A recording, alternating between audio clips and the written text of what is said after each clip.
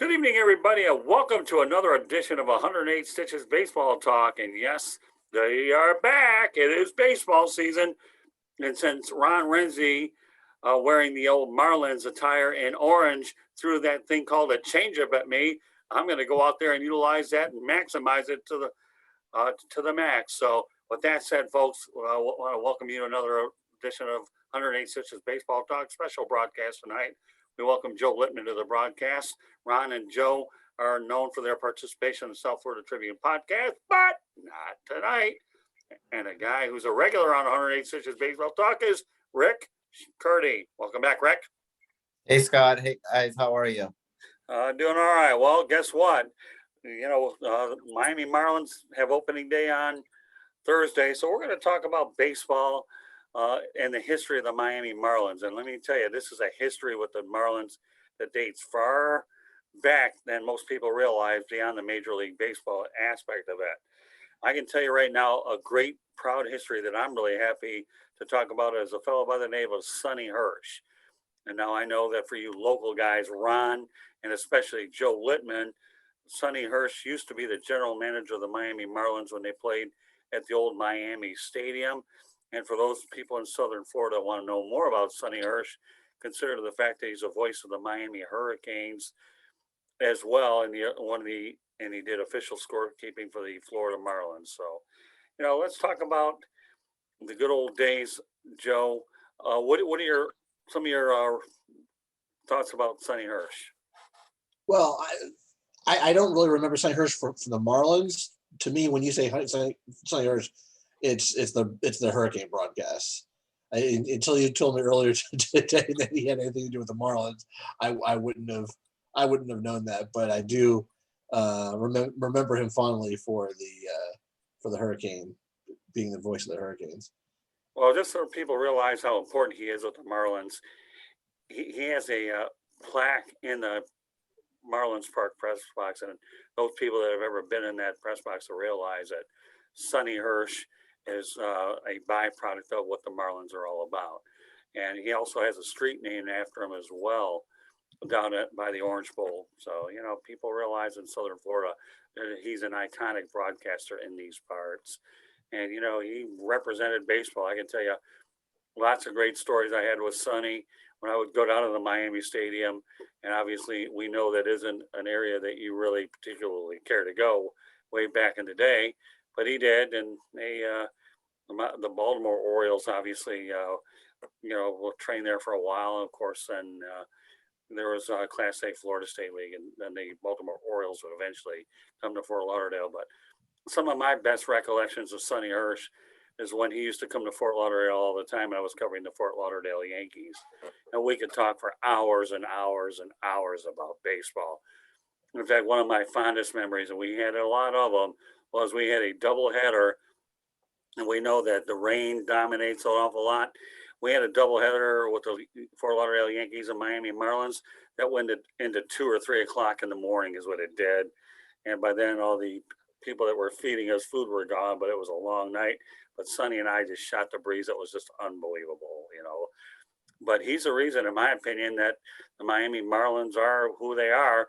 And most people should hopefully understand that if you do the history and you call up Sonny, he's definitely, in my opinion, the Miami Marlins. So with that said, let's talk about the Miami Marlins and their history. We talk about the fact that in their 28-year history, they have 2 world championships in 1997 and 2003, and they suffered their only playoff series loss last year against the Atlanta Braves. So when they don't get into postseason a lot, they make the most of it. And to take those numbers a little bit further, their 3 playoff qualifications and 7 winning seasons are the fewest among MLB franchises. Now, we're going to get to a lot of the logistics shortly, and Miami and Colorado are the only 2 teams who have never won a division title.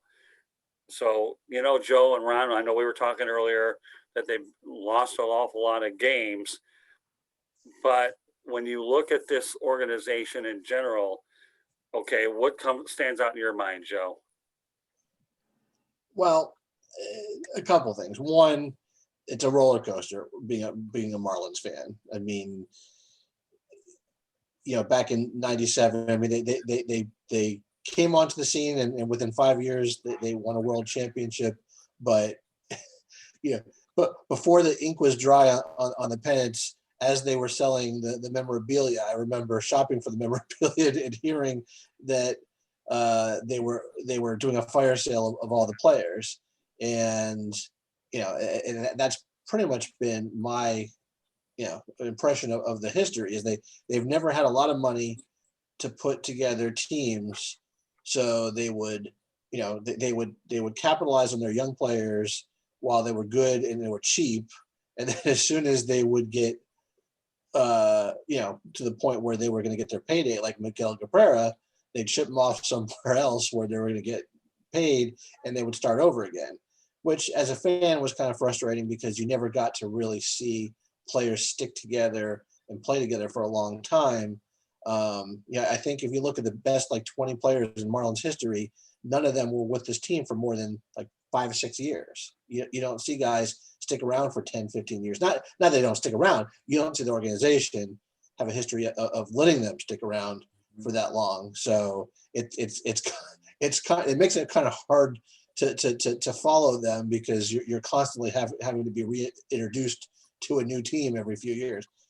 Well, when you look at their overall record through 2020, they're 20, 21, and 23, 43 for 463 winning percentage. I mean, and I think, and then of course last year during the shortened season, they were 31 and 29, and they broke a 17-year playoff drought. And this was a team here, they're led by Don Mattingly. We're going to get to Don Mattingly in a moment, but how refreshing was it to see this team in the postseason, Joe? And then Ron, you can even chime in on this one. Well, I mean, it wasn't just refreshing; it was it was surprising, and it kind of came as a big surprise to me. And how well they did at the beginning of until they got the Braves. It was surprising. It was very surprising, but also refreshing. And don't think I forgot about their history and the fact that they hadn't lost a postseason. So once they won that first, the first, I figured, okay, they're maybe they could do this. And then reality set in, and okay, I guess it's not realistic to think that they're gonna go undefeated in every postseason they get into. But this is a team that definitely took advantage of the change to the wild card, because if it wasn't for the wild card, they wouldn't have had the success that they did.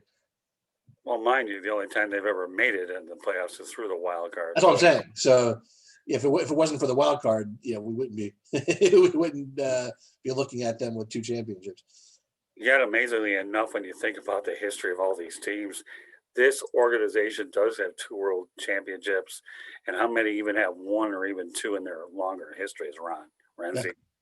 Oh, I'm in agreement. I mean, it was last year was very exciting. I mean, I think maybe they overperformed, but I was like Joe. It's like, hey, they're in the playoffs and go all the way, and they were deflated. But I thought they did a fantastic job on the shortened season, the COVID season, if you will.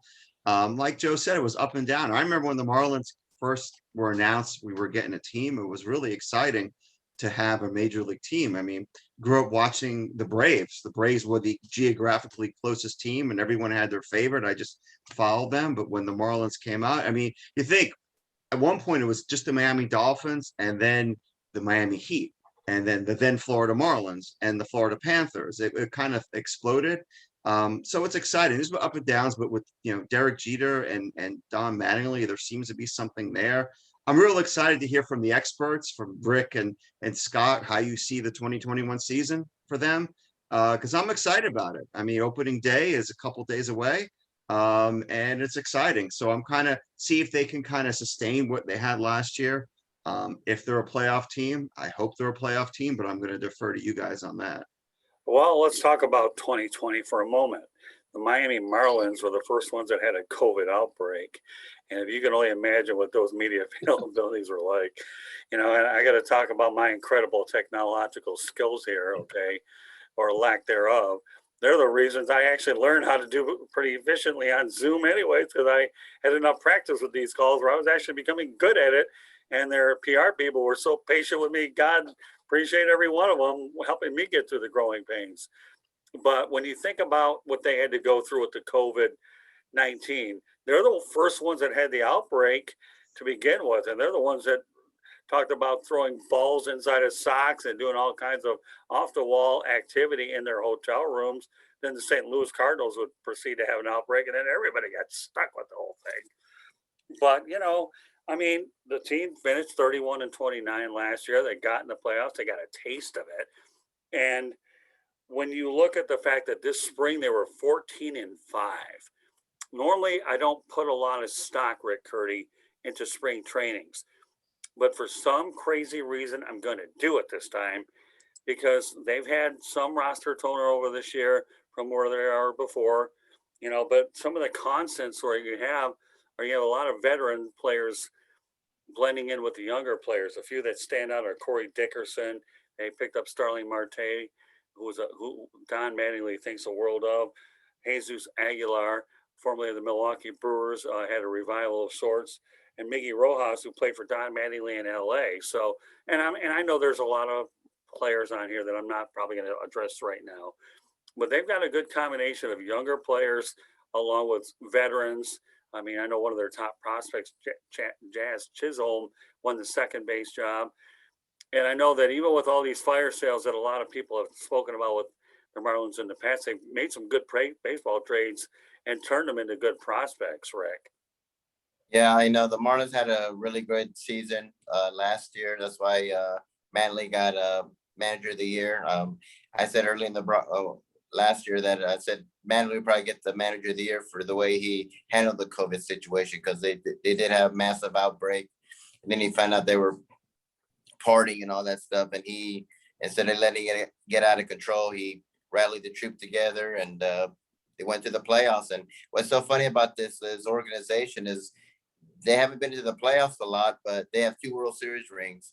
Right. And they're the only wild card team to ever win the World Series. They're the first one to ever win the World Series as a wild card. So it's their history is really it's really unique. So I think they'll do very well this year. I think the momentum will carry over for this season. I think Manley's just the right person for that job. He's experienced. In his prime, he was one of the great, not only hitters, but defensive first basemen. And I think him and Jeter together work well together. And I'm excited about Kim Ng. I think she's terrific. And I think with all 3 of them together, working together, I really do see them. I do see them going back to the playoffs, to be quite honest. Yeah, we're going to get Kim Ng in a little while, but I'm glad you did bring her up right now. Let's talk about the Don Mattingly influence. He's 59 years old. Now, yours truly is 58. I mean, he grew up in the Yankees organization. Ironically for myself, my first pro beat happened to be with the Fort Lauderdale Yankees. So I grew up in the Yankee system myself as a writer, so to speak, enjoying those days over at Commercial Boulevard and Power Line, over at Fort Lauderdale Stadium. But let's talk about the Don Mattingly influence for a moment. The last 4 seasons, not counting the COVID-19 one, his loss totals have risen from 82 to 85 to 98 to 105. That's when things have really, really gotten bad. Nobody expected anything out of them last year, so they were, everybody's waiting for them to fall on their feet. But all of a sudden, you bring in Derek Jeter, you try to bring in some veterans to help bring in the younger players. And remember, everybody knows about the Oakland Raiders, how they used to bring in everybody's cast-offs. And all of a sudden, those cast-offs, Rick Curti, would have a chip on their shoulder. And before long, they were winning football games. And now this team is winning baseball games, albeit you really find out in baseball compared to football that, the real good teams are going to win it all because you have so many games to begin with. So let's talk about the fact that he is nurturing the young talent, and they are working on enduring the rebuild, Joe, because I know in the past, everybody talks about fire sales and all that, but this one has a different feel to it, Joe. I mean, they're going to have to convince me of that. Like, I know Ron said before he's all excited to see what they could do. It's not just the Marlins. I have become a little bit, when I was younger, I would always get excited for all of the Miami sports teams, like, what could possibly come in store for that season. Lately, I haven't allowed myself to be sucked in. Like, they gotta prove to me that they could be better. Like the Dolphins, like every year I would get, they were my team forever, and I would get sucked in, and then they would suck, and then they gotta show me last year wasn't a fluke before they sucked me back in. Because I'm a little bit, back just not too long ago, with just a few years ago, when they had a good core of players like Yelich and Ozuna and Stanton, to see the organization just come in and when it changed hands and just let them go. And I can understand Stanton; he was making a lot of money, but Yelich, they gave him away for nothing, and look what he turned out. I mean, they knew what he was. It's not like it was a surprise they turned out to be, even better when he went to Milwaukee. But it's just things like that, like, give me pause, make me hesitant about getting excited about the Marlins, because I feel like at any time I invest my my emotions into this team, they can just pull the rug out from under me. Sure. And so I always have a little bit of cautious optimism, and I don't try to get emotionally invested in them anymore. If they do great, then great. I'll definitely follow them, but I'm definitely not. I don't follow them as closely as I used to, just because it's hard. It's hard when they're constantly, changing up the lineup of the team, and not because I think they think it's for the best, just because they're forced to because of money, or which is also frustrating. Well, amazingly enough, when we talked earlier, there's no question that a lot of people echo your sentiments with the Marlins model of instability for much of their 28-year history, being under 500, 3 playoff appearances. And yet, when you look at their instability, okay, and you think of the managers that have been a part of it, they let Joe Girardi go after winning a Manager of the Year. And we all know what he ended up doing. But you have Jim Leland, Jack McKeon, and yet this organization has had 6 no-hitters. 6 no-hitters. And I happened to see one of them, Henderson Alvarez, when he threw it against the Detroit Tigers, the final game of the year. And my history with the organization has been pretty unique, because I used to cover Tigers games there. I actually saw an opening day game, because ironically the Tigers went ahead and faced the Marlins for an opening day. So I've already got, for all the years it took me to see Detroit Tigers opening day game when they were going to close the building down, I saw the Tigers play opening day here in South Florida, so go figure. I've seen the Marlins take on the Milwaukee Brewers, and of course, I was at the 2017 MLB All-Star Game weekend, and that was pretty neat in itself. So, but yeah, I can appreciate where everybody's coming from. That when you have so much instability in 28 years, and you've had some good managers for sure that have actually been down here. But with all due respect to Don Mattingly, though, he's lasted longer than any other manager with this organization. And yet Don Mattingly is amazing, because number one, I don't know if anybody understands this, it was a brief run. They had Barry Bonds as their hitting coach, and that didn't last long. And one of my favorite memories with the Marlins was when they beat the San Francisco Giants over at Joe Robbie Stadium. I didn't know about my press credential until the minute the game started, because my editor didn't let me know. So I tell you what, I raced on the Florida Turnpike as quick as you could get there. I got there at the bottom of the 4th, ended up getting in there, and I was part of that celebration, getting dosed with champagne. I didn't want no part of Barry Bonds. I still think he's the biggest fraud on the planet. But to see him actually wear a Marlins uniform for 1 year, I haven't had a chance to ask Mattingly, but one day when I get a chance, I'll ask him why he got rid of him. But I think Barry Bonds is a little egomaniac that probably didn't put in the work with the video and the things that he did. Just because you think you're a great hitter doesn't mean that you can take shortcuts with today's modern athlete. Rick, what are your thoughts about why you think Barry Bonds failed as a hitting coach of the Marlins? I think he's a pariah in Major League Baseball. I don't think anybody wants to touch him. He's a cheater. That's just the way I look at it. He's an egomaniac. He's not very popular. He's arrogant. And I think people are just upset with him that he broke one of the most prestigious records, not only in baseball, but in all of professional sports by cheating. Because if it wasn't for steroids, he wouldn't be the home run hitter. Because when he first started out, he was a leadoff hitter. He was a skinny guy, Right. and then all of a sudden he bulked up. He looked like Lou Ferrigno after one season, and all of a sudden he started hitting he was breaking records that Babe Ruth held, and I just was like, he's on steroids. Look at him; it's obvious he's juicing it up. And the sad part is that he would have gone to the Hall of Fame even if he didn't do all that, because he was already a great hitter.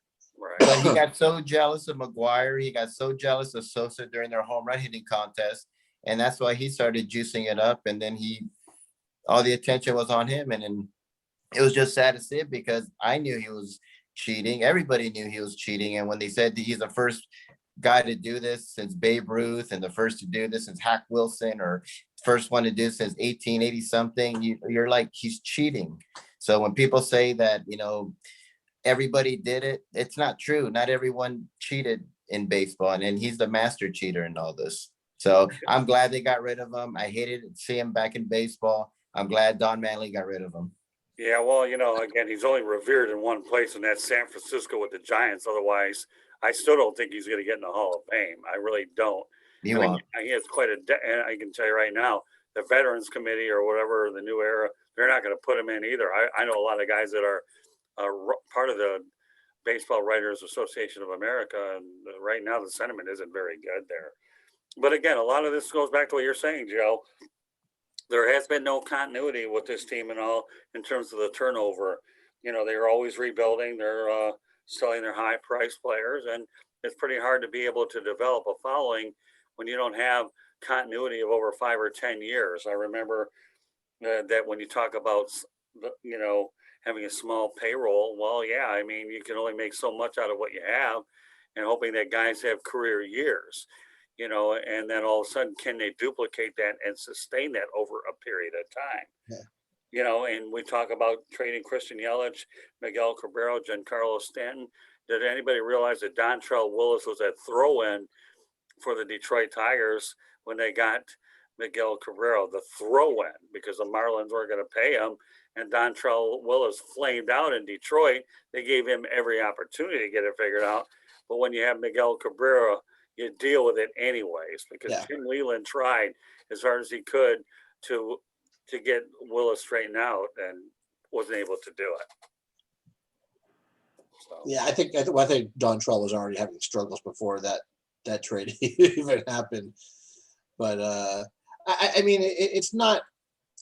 I mean, it's not all completely the organization's or multiple organizations' fault. I mean, the fans bear some of the brunt. I mean, if they supported the team more and there was more revenue, then it'd be easy. It'd be easier. And we know that historically, unless the Marlins are, Miami's a bandwagon team, except for the Dolphins. Pretty much nobody goes to any of the sporting events unless the team is doing really well.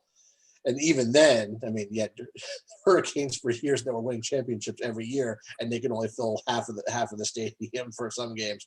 But that's just the way Miami is, unfortunately. And even if they're putting a good product on the field, they're not always drawing that well. But I remember when they built the new stadium, the ownership group at the time was like, okay, once we get this stadium built, we're going to go out and spend some money, and they did. But then the problem is, a year or two after they spend the money, like, okay, that experiment's over. We can't afford these players anymore. Everybody's gone, and then we're gonna sign some prospects. And it's like, okay, well, it's just not as exciting as a fan to when you were used to when you were following all of these players for a few years, and then all of a sudden you got brand new players who aren't going to do as well, and you don't know who they are. I mean, it's one thing if you incorporate them here and there, and you like when Miguel Cabrera first came to the team, nobody knew who he was, and then he exploded in 2003. But when you're starting from scratch all the time, It's it just wears on you. Scott, I would have to agree with Joe because he mentioned the word that as a Marlins fan, you've heard over and over again, prospects. Every year was prospects. So you figure 3 or 4 years out, it's going to be great. Nope, we're doing more prospects, more prospects. So those prospects are infinite into the future. I'm hoping you guys mentioned Kim Ang and their addition to the team. I'm hoping the culture is changing, that they're not always going to talk about we'll be good in 5 years, 6 years, because like Joe said, the fans are like, well, 5 years never comes. 6 years never comes. The prospects, more prospects. And it's great. I'm not saying anything against prospects, but you want to hear something about a winning culture. And hopefully she's going to bring that with Mattingly and Jeter. And I kind of want to hear your guys' take on that as the baseball people. But as a fan, it was kind of exciting, that hire. And I just hope it works out. But I have to, Joe's right. We'll wait and see. Well, I think the other things that's important that every organization needs, whether it's the St. Louis Cardinals, obviously you have a marquee player like Albert Pujols and a mid-market, and they've had a lot of great players in their incredible history, and they've been to the World Series. They've experienced a lot of success. But when you don't have a player identity, I think it's important to have a lot of jersey numbers retired if they stay long enough. I mean, no identity is the key. I mean, even the Kansas City Royals, a team that's won 2 World Series championships, you talk about Hal McRae, George Brett, Rick, Dan Quisenberry, the list goes on and on. I don't think the Marlins have really come close to that. But, even the Tampa Bay Rays, to me, have had a lot of winning seasons, but they don't have the World Series titles to show for it. But player identity is what you really need in order to build a fan base. I don't care if you're 20, 30 years out. Okay, right, Rick? You've seen this how many times? Yeah, I mean, I think what's hurt the organization, unfortunately, is they had a very, very unpopular owner. And when he built that stadium, I remember when he got all these great players, and they're like, yeah, we're going to be a really good team. We just need a new stadium. And so the taxpayers had to fork over $600 million for the stadium. As soon as they got that stadium, yeah, we're going to rebuild again. And he got rid of all those good players. And people, I think, are really still upset about that, and I mean, he had an owner there that not only, messed up the Expos franchise, but he kind of messed up the Marlins franchise. So I think a lot of the fans are just kind of like, oh, I like this player. I hope he stays for another couple of years. And I think that's the thing that Derek Jeter has to show people is like, we're not going to get rid of these players. I know a lot of people criticize it for Stan. I think they dodged the bullet with Stan because, I mean, the guy's made out of glass. He can't stay healthy for anything. The guy can't hit for average. He strikes out way too much. I could care less if he hits a home run 500-600 feet. I mean, who cares? And so, and they paid him. He was way overpaid. I mean, just way overpaid. So I kind of think they dodged the bullet with Stanton. So I like the direction they're going right now. Jeter just has to show the fans, we're not going to do these fire sales. We need to be stable. We're going to have a great organization. Just give us some time, give us some patience. We got a great manager. We made an historic hire as a GM. Hey, I know all about winning. I was with the Yankees. I got 5 rings. Trust me, okay? But he has to show people we're not going to blow this team up when we get success. And that's the tricky part that he has to do. Well, Wayne Huizenga was the original owner of the Marlins, and I remember when you had Gary Sheffield on that team, and again, the list goes on and on. McGriff. Yeah, I mean, yeah, they were loaded. They were loaded. I mean, like Joe said earlier today, the Marlins bought that first championship, right, Joe? Yeah. So no doubt about it. And they got they're one of the few teams that could say that they had. They got what they paid for, and that was a world championship. You had Jim Leland there, who knew how to manage great players. Of course, you saw what he did when he went to Detroit eventually later on. Didn't finish the deal winning a world championship, but they was consistent for a while. But you have Gary Sheffield on that team. You have I think Fred McGriff on that team. And I'm sure I don't think we had Fred McGriff. Oh, you don't? Oh, no, I'm thinking of Tampa. Sorry, that's my fault. Oh, I'm sure you probably wish you had him anyways. But I know Gary Sheffield. Name a few other ones, Joe. Let's see. There was Kevin Brown that was their pitcher that they bought. Alex Fernandez. Right, okay. Levan Hernandez, remember Levan Hernandez, who shut down the Braves in a couple games. Al Leiter. Right, Lighter, okay. Let's see who else. Bobby Bonilla was one of their. Bobby Bonilla and Darren Dalton were their big acquisitions. Some of their homegrown players, Luis Castillo, Jeff Conine, Craig Counsell, Edgar Renteria. They had Moises Alou on that team. Good group. But, Yeah, it was a They good were group. loaded. They were loaded. And it was a shame that they let that team go immediately afterwards, because you know Yeah. what? With South Florida being a winner, we don't support. And at that point, they could fill in Joe Robbie Stadium, put a lot of people in that place. And when you have the team that they ended up putting, but you know, Wayne Huizinga, to his credit, brought the team there, but they weren't able to. But then once the team changed hands with Jeffrey Loria, you know, and then you know it was yet he gets a world championship ring as well. but I have to give. I mean, as much as I don't think Loria did right by the Marlins long term, you got to give him at least credit. He didn't disband that 2003 team after they won. I mean, they were together for 2-3 more years after that, pretty much the way they were. I mean, they couldn't redo it again, but at least they didn't break up the team after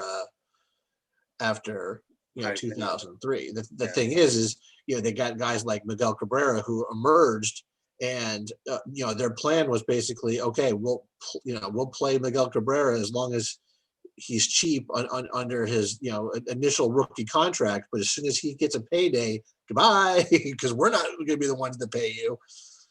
And then look, he went on to be a perennial all-star with Detroit all these years. Right.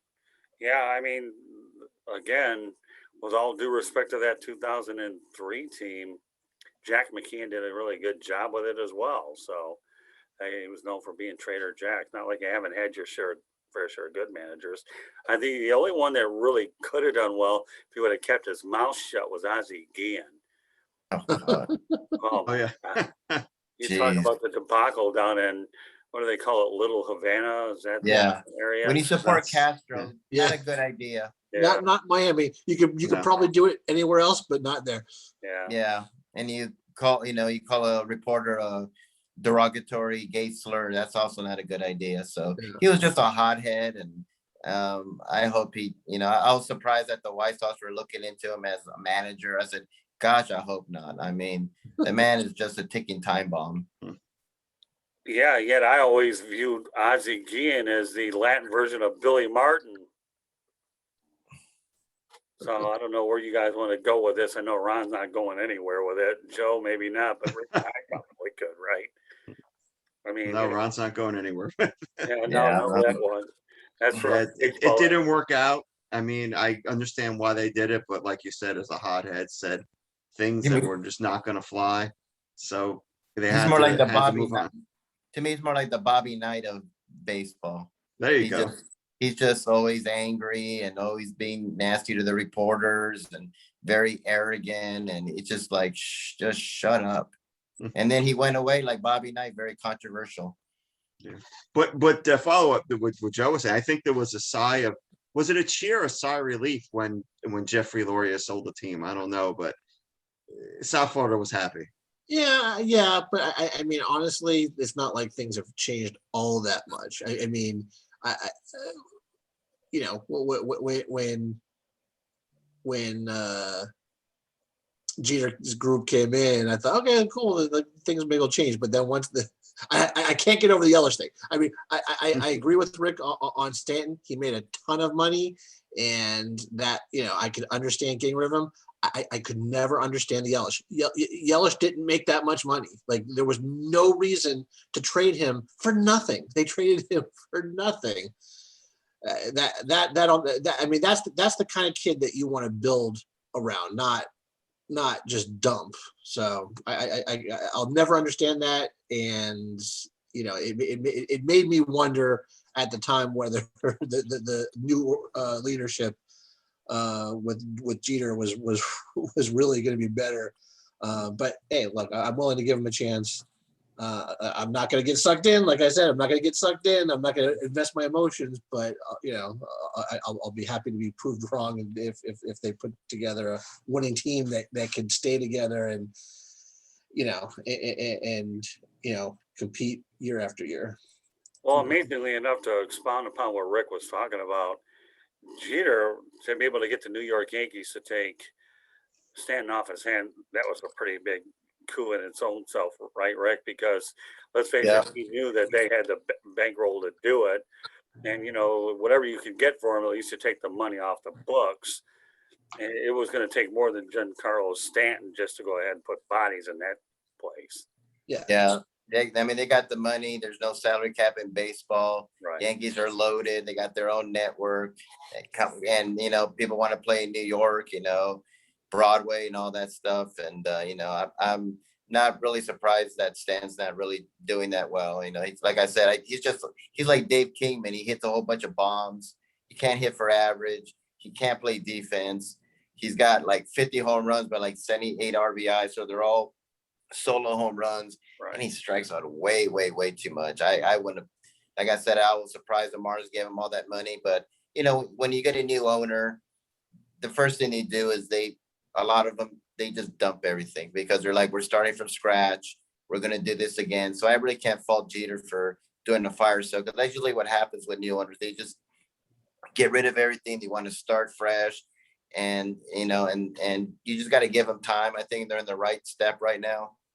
And we'll just see what happens. But as long as they can show consistency and show the fans that we're not going to get rid of people, we're going to build, I think the fans will come back. And I think that's why fans are leery right now, because they don't want to get their hopes up high, because it's happened before. Yeah. They won 2 World Series, and right after they win that World Series, fire sale, everybody's gone, and you're back to losing 100 games. So they're just, giving him time and patience. But it's a good thing it's Derek Jeter, because any other owner, I think people would be kind of like, yeah, it's not going to happen.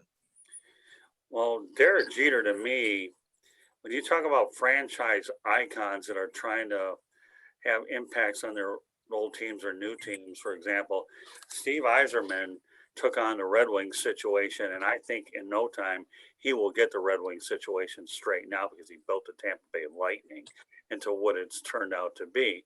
John Elway was able to help the Denver Broncos win a Super Bowl in the front office. Joe Dumars, for a lot of time, I know I'm bringing a couple of Detroit references in here, did fine with the Pistons for a while before he ultimately left.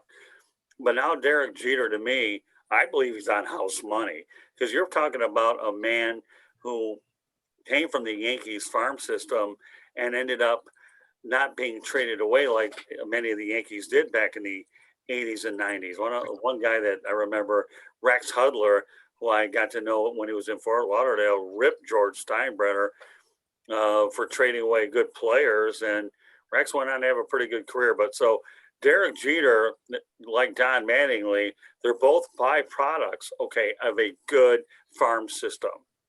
They were. George Steinbrenner would ship guys off for the win now approach, okay? But Derek Jeter and Don Mattingly did not. They were developed inside. I joked around with Don Mattingly one time a few years ago. I believe it was in 17 or whenever I did. It was that I ended up buying a Hydrostone statue of his out in Cooperstown, New York. And, me, I like Don. He's one of those down-to-earth, even-keel people. I've gotten to know him through our media availabilities. He's from the Midwest. He's from Evansville, Indiana. I'm from Motown. What do you expect? And I said, Don, you better make my Hydrostone statue worth a lot of money. He said, well, I'm going to do it. I'm going to have to do it managing. And, and hopefully I can do it with success as a skipper. And I think it's still worth a piece for me anyhow. But Don Mattingly is class all the way. When we talk, so my question to you guys is this, okay? The Miami Heat have a winning culture. And, Joe, we talked about the Miami Dolphins getting the leeway because they've been here the longest, long before you had any of the other 4 major teams. You had the Fort Lauderdale Strikers of the North American Soccer League, Miami Hurricanes, and, of course, the Miami Dolphins. They have a But the Dolphins have more leeway because of the first game in town, and of course the Hurricanes. To me, back in the days in these, when Howard Schnellenberger, and by the way, well, no broadcast would be complete without sending our condolences to Howard Schnellenberger, who passed away over the weekend. He he saved the Miami Hurricanes program from going bust, and he did a marvelous job with Florida Atlantic University Owls and Louisville Cardinals. But amidst the inconsistency with the Marlins, can South Florida support Major League Baseball? Knowing full well, okay, that Marlins Park, is on the same site as the Orange Bowl where they used to put 75,000 people in during those winning seasons. You got half the capacity on that same location, albeit I realize that you don't have the location of Broward and Palm Beach County, but you're talking 35,000 versus 70,000 if they show consistent baseball. And then I'll follow it up with the question about the Latinos and so forth afterward. Joe, why don't you answer this one first? Can South Florida support Major League Baseball? Can they? Sure. Will they? Probably not. Just because South Florida is a bandwagon. If the Marlins are really hot, like they're like first place or they're close to it, they got a really exciting pitchers and hitters that you could follow. Like, the last few times that there was like a buzz that I could discernibly feel about this team. I remember back in 2003 when John Trell Willis went on like that 10-game winning streak, there was a buzz and people wanted to go to the games to see that. Up until that point, I don't ever recall, anyone feeling about the Marlins like that was like a must-see thing, but people wanted to do that. And I think before Jose Fernandez died back in 2016, he was creating that same type of buzz as well. And unfortunately, he passed away, and I think that was a big blow to the franchise when that happened because people were the same way. They wanted to go and see him pitch, but and this is kind of all part and parcel with the constantly changing names and faces of the organizations. Like, you're not going to create that buzz with any particular players unless they're around long enough for that to happen. Like I like right now, I couldn't really name players on the Marlins just because they are constantly changing and they haven't really drawn me back in. Like if they start winning and they create that buzz, then I might say, hey, I want to go down and check this out. And if they put together a streak like that for a consistent time, maybe they could. But I'll just go back to what I was saying before about the Miami Hurricanes. I mean, they had years and years where they didn't even lose in the Orange Bowl. Right. And if they were playing FSU or they were playing Notre Dame, sure, they were going to sell out. But if they were playing the Toledos of the world, you'd be lucky to get 35,000 people there. Now, if we were in Michigan or like at Penn State or Ohio State, you'd have 80 to 100,000 people at those games, no matter who they're playing. Miami, not so much. So if you're not putting a really exciting, good product on the field, the fans aren't gonna go. I mean, even if you do put a good product, if they might not go, but they're certainly not going to go if it's mediocre. Okay, so with that said, okay, Joe, and you bring up a lot of interesting points there. Providing that the Marlins are able to show some continuity, because that's really what we're talking about, right, Ron? It's continuity over a sustained period of time. How many years, in your estimation? Again, it's just an estimation here. That knowing that they're retaining a lot of their better players, and that Derek Jeter and his owner and Kim Ng, how many years do you think that would be able to be before they can actually develop that consistent following that they need, for people to be believers? I personally don't think they can. I think as long as they're winning, they could do it. I don't think they'll ever be the Dolphins where they could have some off years and still draw a sellout. I don't think they'll ever happen with the Marlins. I just don't think baseball in this town will ever be able to do that. I think the Heat to some degree have been able to do that. Even if they're not like winning championships, they're still drawing well. I don't know if baseball could I'd be surprised if baseball could do that. I think if as long as they're winning, they can do it. But once they're not, I think it's just going to go back down to the $10,000-$15,000. I mean, 10,000-15,000, you know, people in the seats if they're lucky. Ron, you have any opinion on this? Yeah, I'm kind of along the lines of Joe. Joe, I think first of all, South Florida is not Detroit and it's not Chicago. You know, they're not the Cubs. People will go, and I think Scott, you know better than me. The Tigers, people will go. I think the way it is here, I'm thinking you brought up the Miami Heat. They develop what they call a culture. I think the Marlins need to do that, and I really think the Marlins. And I know it's not any one player that makes a team, but I think the Marlins need a Dwayne Wade or the Marlins need a Dan Marino. They need somebody that kids want to buy that jersey and go see that guy, whoever that guy is, whether it, could be a pitcher or it could be hitting. It doesn't really matter. I think Jose Fernandez was almost the Marlins Dwayne Wade before, unfortunately, he passed away. And I think they need that. And maybe hopefully this new group will establish that culture. I think it could happen, but you want to be excited about the team, especially you want kids to be excited about the team. And face it, you want to go down the street, when we're open up, and you want to see kids wearing a Marlins jersey with some guy's name on the back that they want to go see that guy. And we're not there yet. I hope they're there soon, but I think once they get that and they get kind of like, I want to go see this player, I think it's going to be a little tough. Or the team, it could be a series of players. It could be, they could have their own big three like the Heat did. We want to go see those guys. And I hope it's going to happen under Jeter and Kim Ng and Don Mattingly. We'll see. Rick, what are your thoughts? Yeah, I'm on the lines with that. I think what hurts it is that baseball is such a long season. It's not like basketball. Baseball's like the third most popular sport right now. Football's a short season. Basketball's short. Baseball's over 160 games. It's a long season. I think you need to have a franchise player. I totally agree. You need to have like a Dwayne Wade, a Dan Marino, a Deion Sanders. You got to have that guy there. Stan was the closest, when he was hitting all those home runs. I see him on Good Morning America, see him on ESPN, like, oh my gosh, Stan hit a 510-foot home run. But that's all he did. And then when they traded him away, they didn't have any of these marquee players. I think Florida is a lot like Los Angeles. It's a lot to do. There's beaches there. There's nightclubs. People want to go out and party. And last thing people want to do is go to a baseball game, and they're trying to speed up the game to make it more interesting for people, and they're having some issues with it. There's no LeBron there. There's no Dwayne Wade. And they're just starting right now, the Marlins. And they could do that. They can have those players, but they've had that history of getting great players and then getting rid of them. So they have to build that consistency. But can it happen?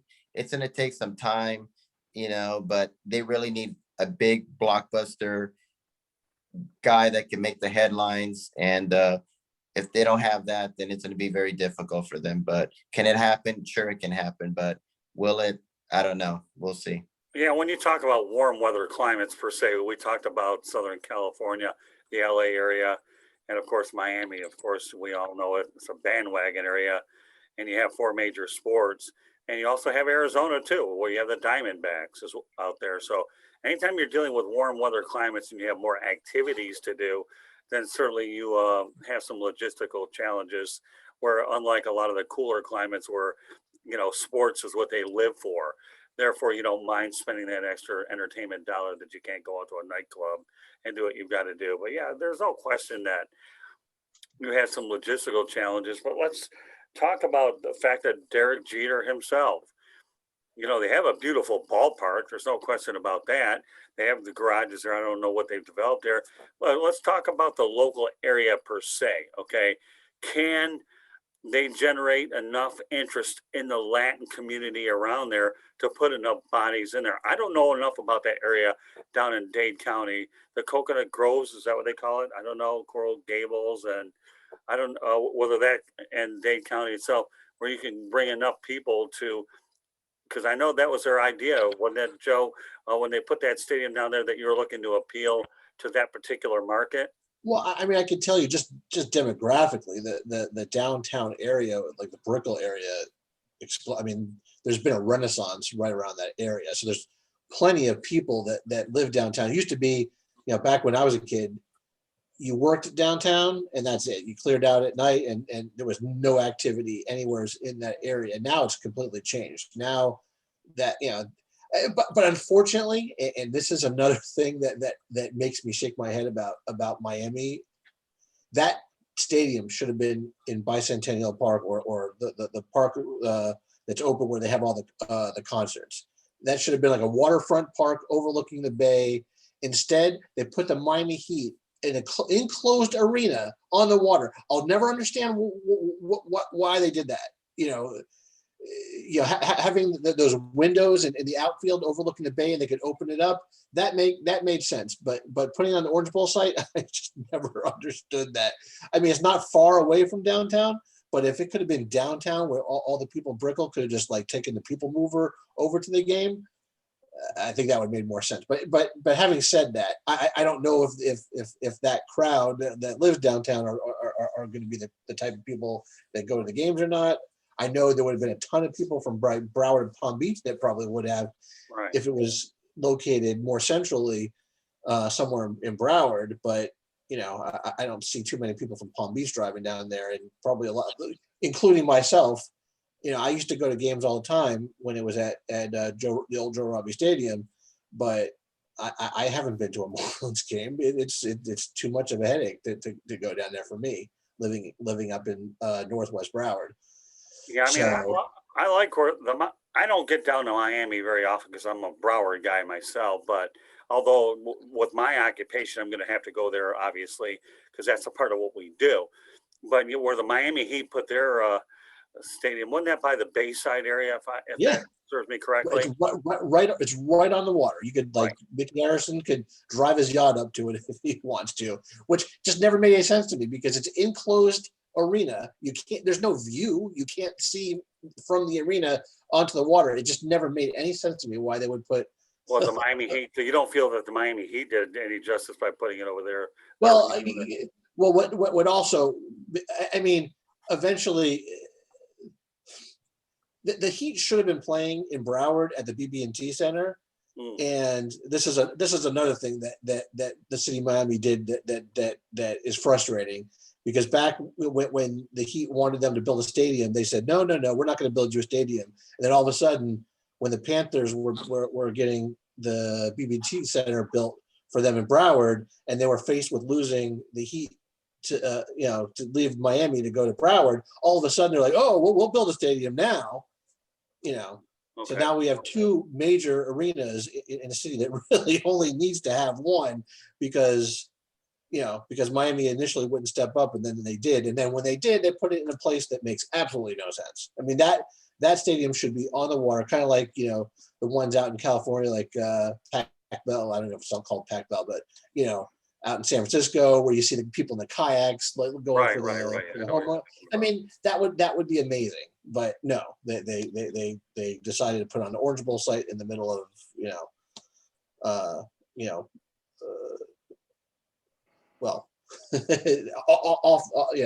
it's not far away from downtown, but I think it would have been better located. If they were going to leave it in Miami, I think it would have been better located downtown. But if they really wanted to draw from the Tri-County area, I mean, putting it somewhere in Broward, I mean, there was plenty of room out in Sunrise, where the BB&T Center is. They could have put it there as well. But yeah, so you don't really feel, and I it's good that having local guys on like you guys are, that the Latin community is enough to sustain Major League Baseball in Miami, if I'm understanding you correctly, Joe. Well, we've had that experiment since 1997, and it hasn't really worked. So I don't know what more we could, I don't know how much more time that we could give it to prove itself out. I mean, well, but the thing is, Joe, you're right. You've had a long time, but the performance on the field certainly hasn't warranted people to be convinced, because you've certainly echoed your sentiments all night here that their performance and the record speak for itself. Now, I'm just, But- again, the key is sustainable success, whether under normal circumstances, the way you can do it. Again, there's a lot of TBDs out there. I get that. You know what I mean? I know that from what I understand that the Orange Bowl site was, they got the land pretty reasonable to knock down an aging facility, and they're trying to, obviously work around that area. And Well- so it's a proven area where they redevelop. Ron, you want to add anything to Yeah, I that? just want to add because I've been to Marlins Park and to see games. I like being in Marlins Park. It's a beautiful facility. I don't like going to and fro Marlins Park. Right. It's a hassle to get in and out, and the way the garages are beautiful, the stadium is beautiful. I like watching baseball games there. It's the traveling. Now, is it just because the Dade versus Broward situation? And yes, I know they built it on the historic Orange Bowl site. It's just a hassle. Now, kind of like we were going with Detroit and Chicago. If it's been there 50 years, people's like, it's been there 50, 60 years. This is where we go. But when you're building something new, Mhm. you kind of want to put in a place that serves the community as it is when you build it. It's a beautiful stadium, but it's just not easy to get to. Now, even if you're living in that area, which is it's a Hispanic area, and a lot was that part of the reason? Was because it was the Orange Bowl? I don't know, because South Florida is really a tri-county area. It's Palm Beach, Broward, Miami-Dade. It's really one metropolitan area. So like Joe said, when you're serving one metropolitan area, you kind of have to have a little give and take on where it's going to be. If it was on the water, like Joe said, and when you open the roof and the windows and you're looking at the bay and the ship and the boats, that might be kind of cool. I think people would like that. They don't have that here. But it is good to have a roof. I remember sitting in sweltering games. Honestly, I don't even know if that would be enough. I mean, people thought that, with the heat and I don't mean the Miami heat, but just like the heat and humidity and the chance of rain for every game, people might not want to go down and drive down to the stadium. But I mean, look at the attendance since they built the new stadium. I mean, Right. I think them and Tampa Bay are pretty much like dead last in attendance, and which is pretty sad that Miami, I think, follows Tampa Bay, because Tampa Bay has probably the worst stadium I've ever seen. Oh, It looks like a yeah. shed. I've been there. It is the absolute worst. And Miami's got nice new, brand new, state of the art. And I mean, really, even though they might not put the best product on the field, the team deserves better than that. So I definitely do blame the fans for not, and I'm among them. I'm guilty too. I'm a bandwagon jumper. I fully admit it. But I mean, part of this comes with the fact that, I wasn't born into watching baseball. Like Ron said, we grew up without baseball here. Right. I mean, Ron's a Braves fan, but probably because they were on TBS, and that was the only team Right. other than the Cubs, who were on WGN, that you could actually watch. But That's you the only weren't- way. That's you weren't, yep. you weren't following 100% true. 162 games a year. Same thing with basketball. The only time I ever saw basketball was during the NBA playoffs. After football season ended, and you got to watch that. And hockey, forget about it. I never saw hockey ever, unless it was like the Stanley Cup. So for the longest time, football was the only game in town, and I think that's what makes it so easy for the Dolphins to draw, because people my age or older, that's all we ever knew. So baseball, I mean, baseball never really got ingrained into me. I kind of feel like the same thing with soccer. I mean, I didn't grow up with soccer. I don't really understand soccer. I'll never get passionate about soccer, even if we get a team that wins the championship. I don't think I could ever really embrace soccer. But so I think there's aspects of that going on here. So people just maybe as the younger generation grows up and they've had baseball all their lives, but maybe things will change here. I just wanted to ask Joe a question. Speaking about the younger generation, he has, kids, and you have softball players. You have a softball players. Does that transmit into watching baseball? No. No. Okay. No, Okay. my kids have no interest in watching any sports whatsoever. Once in a while, my daughter who plays softball will watch a college softball game, but that's about it. All right, so let's. That means something. We're talking about South Florida as a sports town. It's interesting how you bring up the Florida Panthers. So I'm going to go ahead and bring you into this conversation too a little bit, Rick. Okay. Okay. You've got the Florida Panthers. Obviously, I think they can be the next hot ticket in town. If for no other reason, the stadium to me is in an incredible area because again, now everybody talks about the stadium location, and it's safe to say the Marlins Stadium is a great stadium. This wrong area. And of course, the Tampa Bay Rays have a bad stadium in a bad area. If you've ever driven across the Howard Franklin Bridge, which is horrible anyways. But let's talk about the Florida Panthers for a moment, even though we're talking predominantly about the Miami Marlins, okay?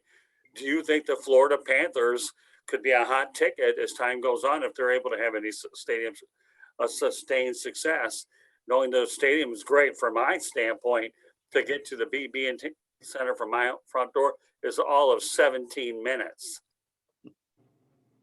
Who wants to start off here? Go ahead, Rick. I mean, I think hockey is a little bit different animal than these others. I mean, hockey, I think, has a core group of fans that are hardcore passionate and will go. I mean, no matter, because they want to see hockey. I mean, I have friends who are not foremost Panther fans. They grew up other places. Yeah, they're Blackhawks fans, or they're they're Maple Leaf fans, or whatever. But they want to see hockey, and Panthers are their ticket in South Florida to be able to see that, and that hardcore group of fans will go to see it. And I think the only way you're going to get more than those hardcore group of fans to go is obviously if they perform better, they get in the playoffs. I remember, my introduction to hockey was not in South Florida because at the time I went to college up in Boston. So I got spoiled. I got to see every sport. My introduction, and this was in '88 when we first got the Heat in South Florida. So, so my introduction to hockey was watching the Boston Bruins in Boston. My introduction to baseball really was watching the Red Sox. And I lived right down the street from Fenway Park. I walked there and went to games all the time. At that time, coming back there and soaking up all those experiences from there, I got into the Panthers, and we had that incredible run with the year of the rat and everything. There was that buzz because the Panthers did well in the playoffs. I think that's what it takes. I mean, I think they're going to have to make the playoffs and do well to create a buzz, and they're going to have to stay good to maintain it, because if they don't, I don't think they'll have more. They'll have that hardcore fans, that hardcore core of fans that will routinely go, but I don't think you're going to get a packed house unless they're just year in year out going to have a really good season. And if they're good, if they have a good season, they'll draw. If they don't have a good season, I don't think there'll be a carryover. I think if they drop to a lower level where they're not doing so well, I think you'll see the attendance drop. Well, but I tell you one thing though, Joe, and I've been to a lot of Panther games, even when I was with the Red Wings. This is a hockey town waiting to erupt. And it really is. And for a lot of the reasons you stated. You have a lot of transplants that live in the area. Think of how many New York-based teams, right, Rick, that they have. You've got the New Jersey Devils up in that area, the Philadelphia Flyers, the Islanders, the Rangers, and of course the French Canadians. You're going to definitely, and you're only talking about an arena that holds like 18 to 20,000 people in an excellent area. Rick, obviously, that I heard you mention something today that you felt that Charlotte should have gotten a hockey team over Raleigh. What's your take on hockey in South Florida compared to, some of the other sports we talked about? Well, I think hockey is very unusual sport. I think people like hockey because they like the fighting. That has a lot to do with it. It's a rough, tough game. I agree. There is these hardcore, passionate fans that will go to a hockey game. Just like me, I'm a hardcore baseball fan. I'll go see a team that I don't care if they have 100 losses or they have 100 wins. I'm going to go. It's like we have minor league baseball in Charlotte. I go to the minor league baseball games. I go to the independent games because I want to see baseball. And so you got those hardcore fans that do want to see that hockey. And I think Florida is a great place to do that, because it's something new to them. It's different. When I was growing up, we didn't have, hockey was just in Canada, and now you have it in Las Vegas. You got a team in Anaheim, you got a team in Florida. That's, to me, Wayne Gretzky, when he came to Los Angeles and came out of Edmonton, that's when hockey exploded on the West Coast and all over. So I think Florida has a great potential to do it. And but you have to have that product. They have to be consistently winning. When you live in a state that has beaches and nightclubs and has a lot of stuff to do, it's, people want to go frolic there. And so if you don't have a team like the Miami Heat, everyone was going to Miami Heat games when LeBron was there. They were winning championships and creating this dynasty. And then when he left, it kind of died down a little bit, getting there again, but it died down. You have, fans who will go to see the team who are winning, but when they're not winning, they're not going to go.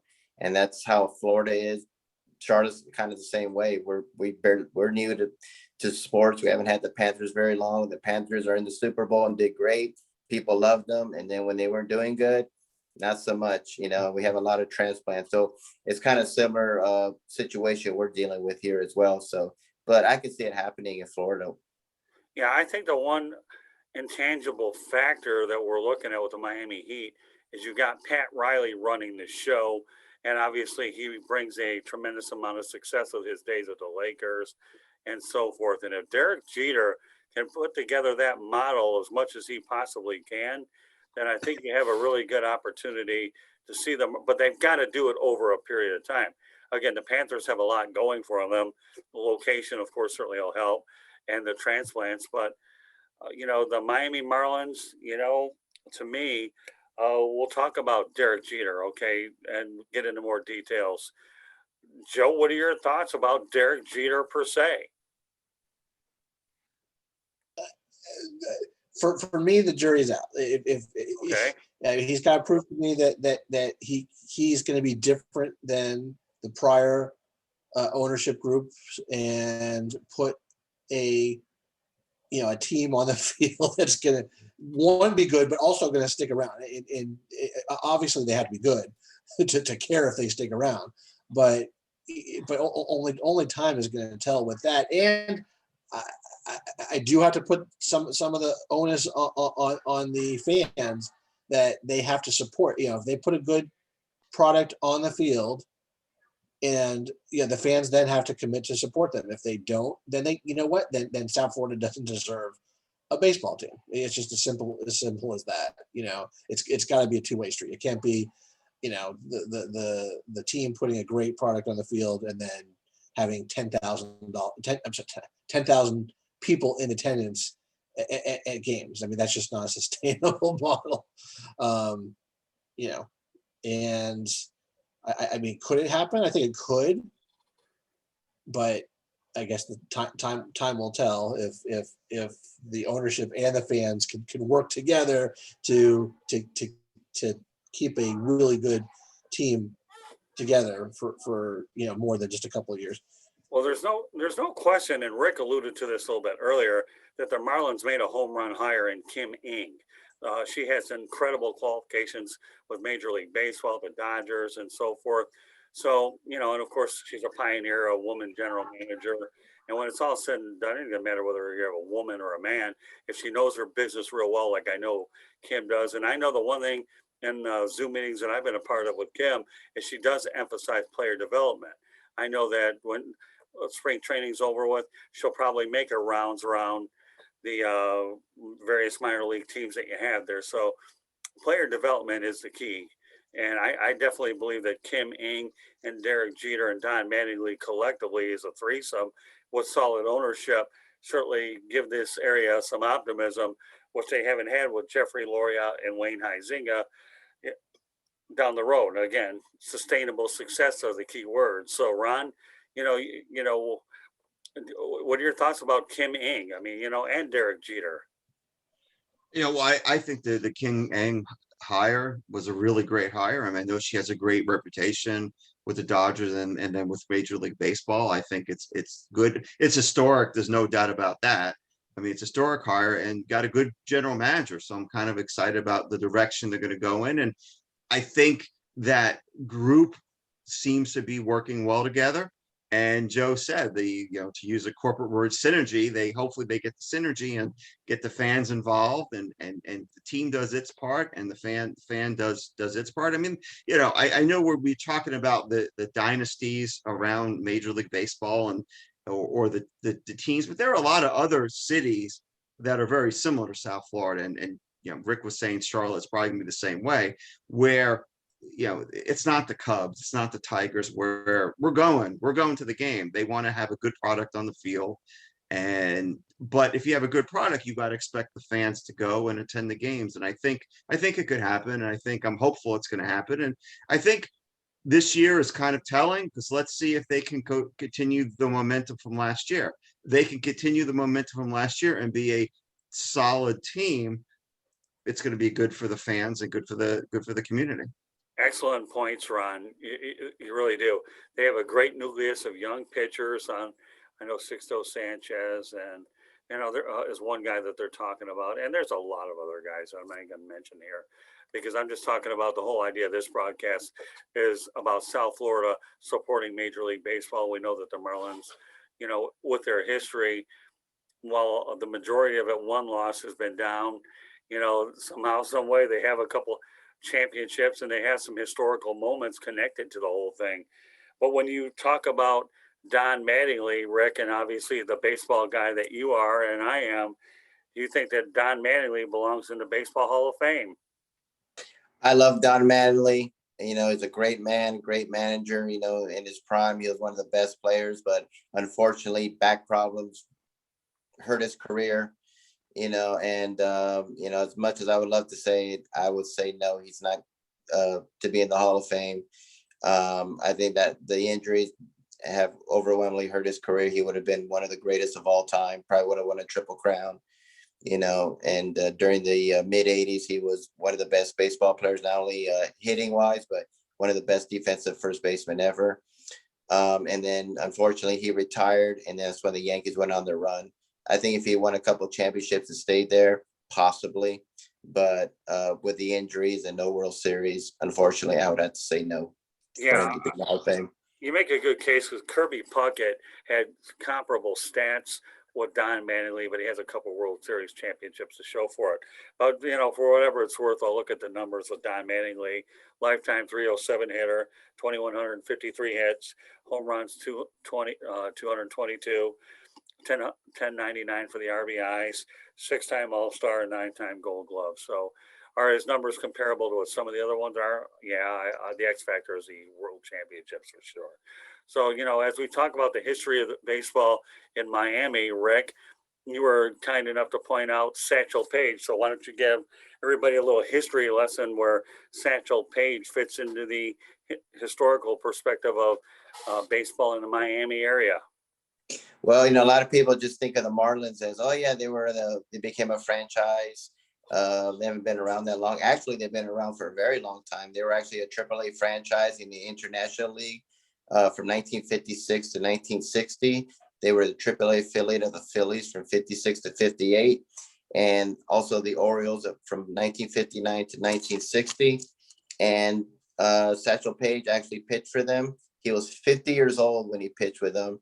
And he had an ERA under 2. It's just amazing the career of Satchel Paige. But I didn't know about that. I had no idea, not that long ago, that I thought the Marlins were, came in 1993, and apparently they've been around since the 50s. And one of the legendary baseball players, Satchel Paige, played for the Miami Marlins back in the 50s. Yeah, amazingly enough, a lot of people don't realize the history of baseball in general in the Miami area. Getting back to the Miami Stadium, that was one of the hot venues. I think Joe, for a while, that Miami Stadium was a pretty hot venue for a while. Unfortunately, it didn't stay that way. I know the Miami Arena, wasn't that one of your buildings many years ago, where the Heat and the Panthers played, if I understand correctly?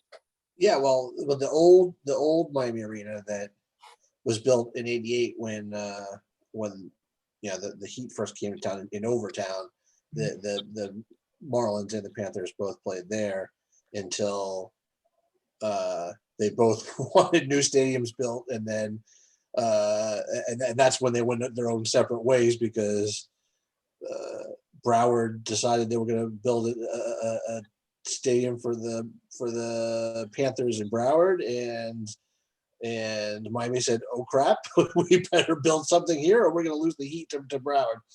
So, and speaking of that Miami stadium, I when I was a kid, because we had no other baseball teams down here, I was an Orioles fan because of the Orioles playing spring training down here.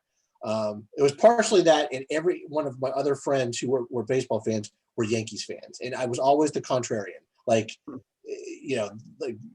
kids that grew up here rooting for the Celtics. Like I rooted for anybody. I could never root for the team that everybody else was rooting for. So back then, while all my other friends were Yankees fans, I chose to, because they were spring training in Fort Lauderdale. I chose the Orioles because they weren't the Yankees. Right. Well, But I remember going to games down. I think they call it Bobby Maduro Stadium. right. Yeah, they did. Yeah. In fact, ironically, I don't know if you guys know this or not, Rick. Maybe you do, maybe you don't. But the San Diego Padres had a team there for, I think, a year. Benito Santiago, I believe, played for that Padres team too for a while. I don't know if he was on the Marlins too, wasn't he? Benito Santiago. Yeah, he was. Yeah. So there's another little Miami connection as well. So, and again, that goes back to my days with the Fort Lauderdale Yankees. So, I think a lot of people have to realize that the Miami Marlins run a lot deeper than just the current Major League Baseball team. There, in fact, a couple other names that I should point out while we're talking about the Marlins franchise is one of my good friends, Kevin Rand of the Detroit Tigers, used to be with the Fort Lauderdale Yankees. Actually went ahead. Dave Dombrowski's from there, was with them. And a guy by the name of Doug Pett, believe it or not, who used to be the PA announcer for the Fort Lauderdale Yankees, were all part of them. So, those are just some names that I'm dropping out there. When you talk about them, these are names that nobody will probably in their right mind would ever remember. But, my involvement in the area back in the day when Sonny Hirsch did everything he could to keep my baseball active in Miami until they were able to finally get the team here. And that's where this broadcast actually runs full circle, where it started with Sonny Hirsch and it's probably likely to end there. So, Sonny, wherever you're at, rest in peace. We know that the Miami Marlins bookends here on this broadcast, that you're alive and well, and especially in my eyes, because I knew that Sonny was certainly a great friend. And, again, I have to tell you that we can only hope, pray that the constant theme here is a lot of Miami fans are hoping, Joe, that they can prove you wrong and that they have sustainable success. Unfortunately, that you have a sport where there is no salary cap, where you have haves and have-nots, right, Rick? That it does make it hard to compete at baseball versus with the NFL, where you actually have to spend so much to begin with to go to the ceiling. You don't have that luxury in baseball. So if you're looking for a history lesson, that you definitely have it here. But opening day, the Miami Marlins will take on the Tampa Bay Rays. Ironically, two small markets, in the state of Florida, known for their attendance difficulties. So, you think the Miami Marlins have problems supporting a team that's not winning. The Tampa Bay Rays certainly struggle to support a team that is winning, right, Rick? Yeah, I mean, it's unfortunately where they play at. Not only they have a horrible stadium, but it's in a horrible location. And we had talked about Miami. They might build their stadium in the wrong area. I mean, poor Tampa Bay. They go to the World Series, and I mean, I remember the first time they went to the World Series, they couldn't sell it out. And I remember that stadium was not built for them. Yeah, that stadium, they got hoodwinked by the Chicago White Sox. Yes, because they I think the Chicago White Sox were using them as a bargaining chip. Like, hey, we'll move to Florida if you don't build us a new stadium. And speaking of which, that's like one of the worst stadiums I've ever like. I think the White Sox stadium was built just before the whole new renaissance of old style baseball stadiums, because you go to that place, it looks like so antiseptic. It's has no charm to it whatsoever. That catwalk gets me. I remember when they hit balls off that catwalk, and I'm like, what are they doing with that catwalk? I had a friend that went to a game there. He said it was like watching a game in a gymnasium. He said it's awful. It looks like an overgrown, like a shed. It looks like a big shed, and I don't know what's like on with, like it's like tilted. Like it's weird. The San Francisco Giants flirted with that area, and so did the White Sox. I can't believe you remember that, Joe. I'm impressed how they flirted. I remember because people were pissed because they sold them a bill of goods. Like, hey, if you build it, we will come. Well, nope. Believe it or not, now that you brought that up, I remember that the location next to Tampa Stadium at the time wanted to build one too, but since St. Petersburg built it first, Tampa said, you really wanted that bad, you can have it. They didn't bother. We all know how that turned out. Exactly. Raymond James Stadium ended up being built there. The Yankees built a new place, and I covered the Cincinnati Reds back then at old Al Lopez Field. So it's amazing how a lot of these things turn. But I guess when you summarize everything, because I've been on enough media availabilities, I love what the Marlins are doing right now in terms of incorporating the veterans in with the younger players. And if they can sustain it over 100, if they can get to the playoffs a couple more years, you might be able to make believers. But I realize right now, those listening to the broadcast realize that, there's a lot of hope in Miami land. You need sustainable success to make a believer out of this area, because I know they've been stung quite a few times. So, so we'll see. Opening day here at Marlins Park is just a matter of days away. So meanwhile, with that said, what a nice broadcast we have. We were able to talk about the Marlins, a history of baseball in South Florida. And I couldn't have three better guys on here. But we talk about the screwballs. Well, we got four of them on tonight. We got Ron, Joe, Rick, and myself. So, you know what, Joe, want to let everybody know how they can get a hold of you. Oh, well, I am an attorney with the Nor Law Group. We are a first party property damage law firm, which means if you have a issue with your insurance company, your homeowner's insurance company not paying for a property damage claim, like a hurricane or water loss or fire, if they're delaying or denying or underpaying your claim, we can help you out. Our number is 954-749-3151, or you can see us on the web at claimshelplawyers.com. All right, Ron, go ahead, take it away. Thank you, Ron Renzy of my firm, another lawyers, Wahlberg and Renzy, PA. We handle appellate practice and commercial litigation throughout the state of Florida. You can reach us at 954-757-1212 or info@wahlberg-renzy.com. Thank you, Scott. You're welcome. For the spirit of the broadcast, I love the virtual backgrounds of Ron and Joe. They definitely came equipped for this broadcast and let people know that's what Marlins Park looks like. One has a dome enclosed, the other one doesn't. So you get to see it from both perspectives. Rick, go ahead. You're the baseball expert, as Ron and Joe would definitely understand. Take it away. Well, I'm not an attorney, but I'll play one on TV. I'm just kidding. My website is www.charlottebats.com. You can sign our petition about bringing Major League Baseball to Charlotte. I'm also on the Facebook at Charlotte MLB, Charlotte Bats Baseball. I'm on Instagram at Charlotte Bats. I'm also on Twitter at Charlotte Bats Baseball.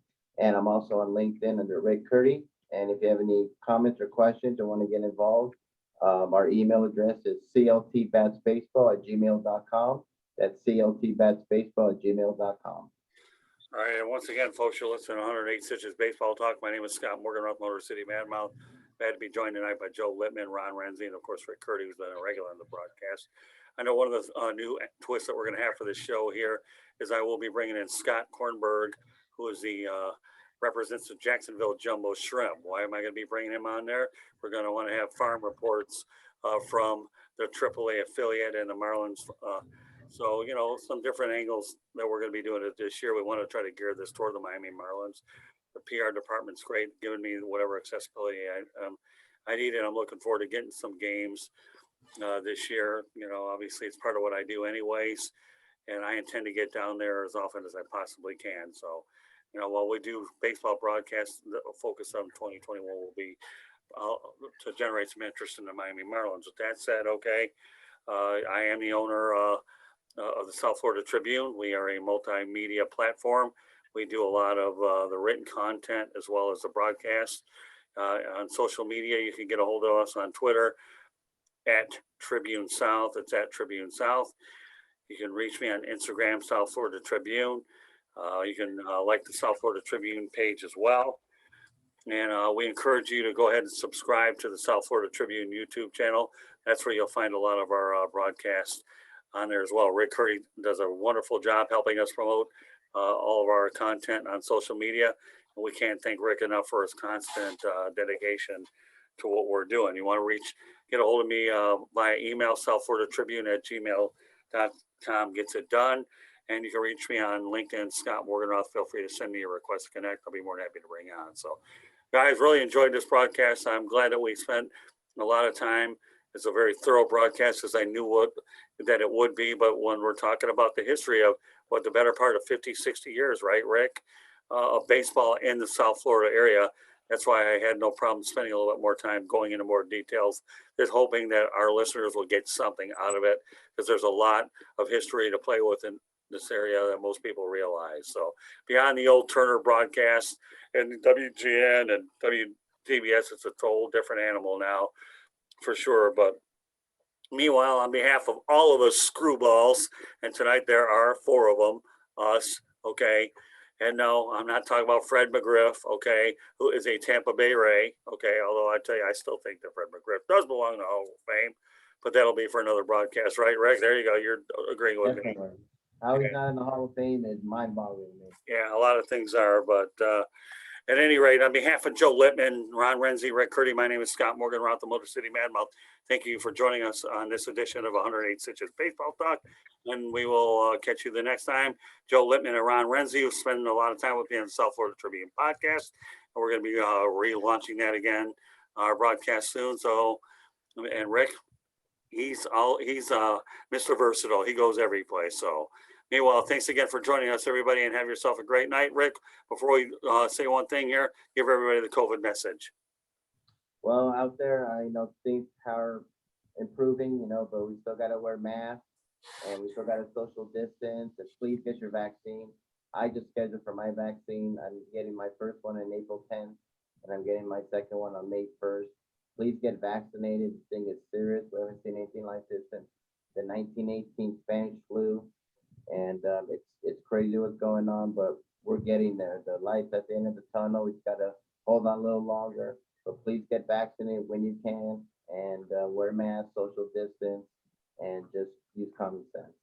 Yeah, my wife Candy and I are scheduled to get ours over the weekend too. And when you lose a family member like it did my Aunt Judy to the whole thing, not that I don't have sympathy for a lot of people that have lost their lives or that take this virus seriously. We're far away from getting there. I know that now more and more teams are letting fans into stands, but by the same token, you still have to utilize the protocols and precautions anyway. So once again, on behalf of Joe Littman, Ron Renzy, Rick Curti, my name is Scott Morganroth, the Motor City Madmouth. Thank you for joining us on 108 Stitches Baseball Talk. Good night, everybody.